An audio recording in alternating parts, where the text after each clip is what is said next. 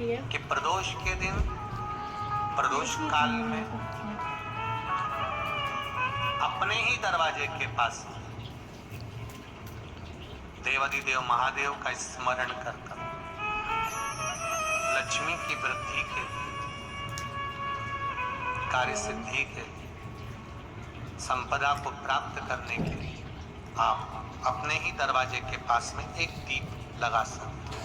कौन से दिन? प्रदोष के दिन।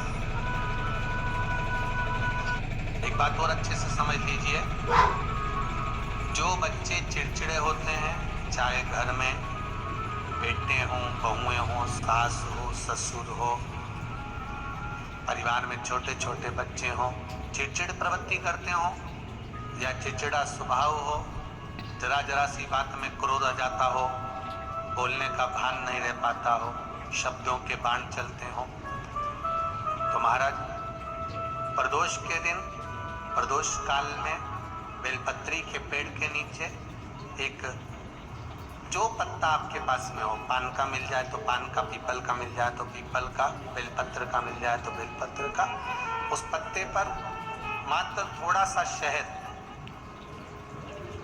और 7 दाने चावल के रखकर घी का दिया लगा दो महाराज, और थोड़ा सा जल हाथ की अंजलि में लेकर भगवान देवाधिदेव महादेव का स्मरण कर कर कि इस बेलपत्री के वृक्ष के नीचे माता लक्ष्मी, पार्वती, सरस्वती विराजमान है।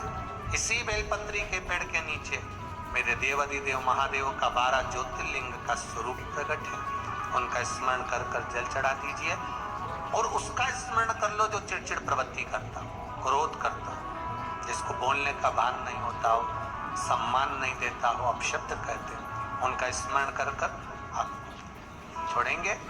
एकदम एक प्रदोष करेंगे, दूसरे प्रदोष तक तो आपको कोई दिक्कत ही नहीं। 2-3 प्रदोष कर कर देखिए, बाबा कृपा करें। बच्चों को पढ़ने का कह रहे हो, पढ़ने बैठो, पढ़ने बैठो, पढ़ने बैठो, पढ़ने बैठो, तो एक आध प्रयास बच्चों के लिए भी कर लिया करो कि भाई ठीक है, जैसे वैकुंठ चतुर्दशी वाला उपाय हमारे YouTube पर भी डला हुआ है, आप उसको निकाल कर सुनना। वैकुंठ चतुर्दशी के दिन प्रयास करना, बच्चे लोग विद्या में प्रबल होंगे।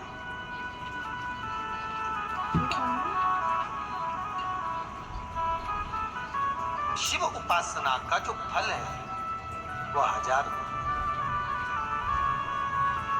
ब्राह्मण देवता आज मंदिर के दरवाजे पर बैठे हुए थे, मंदिर की बुआरी लगाकर बेलपत्री को उठाकर एक बोरे में, एक बारदान में, एक झोले में भर रहे।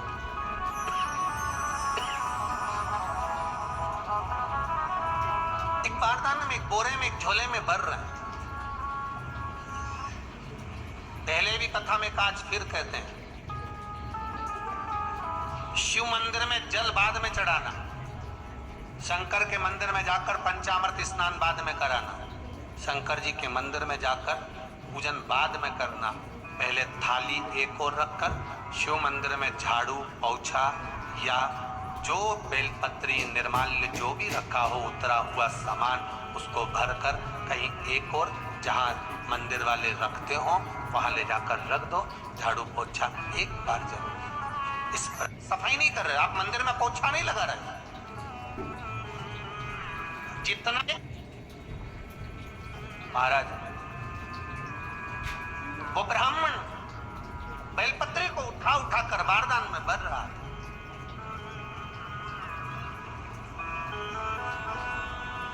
पूजन करने से पहले सबसे पहले सफाई का ध्यान रखो, और एक विश्वास रखना, आप मंदिर की सफाई नहीं कर रहे हो, फिर निवेदन करूंगा आप मंदिर की झाड़ू नहीं लगा रहे, आप मंदिर की सफाई नहीं कर रहे, आप मंदिर में पोछा नहीं लगा रहे।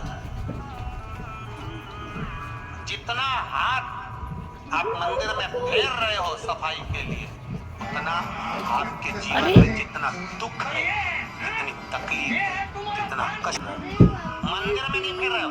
नहीं तो सारी दुनिया में जितने मंदिर हैं, सारे मंदिरों में ट्रस्टियों ने कुछ ना कुछ लगा के रखा है। स्वीपर आता साफ करके जाता, ये आएगा सफाई कर जाएगा, पंडित जी होंगे तो बुआरी लगा देंगे, पंडित जी होंगे सफाई कर देंगे।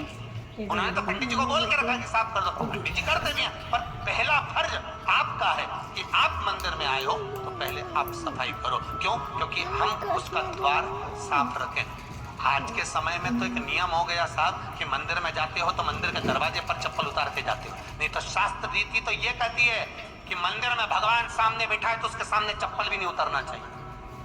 तो कई लोग कहते हैं मंदिर के अंदर थोड़ी ना उतार, हम तो जीने से भी बाहर, एकदम गेट के बाहर मैं उतार, पर सामने तो है ना।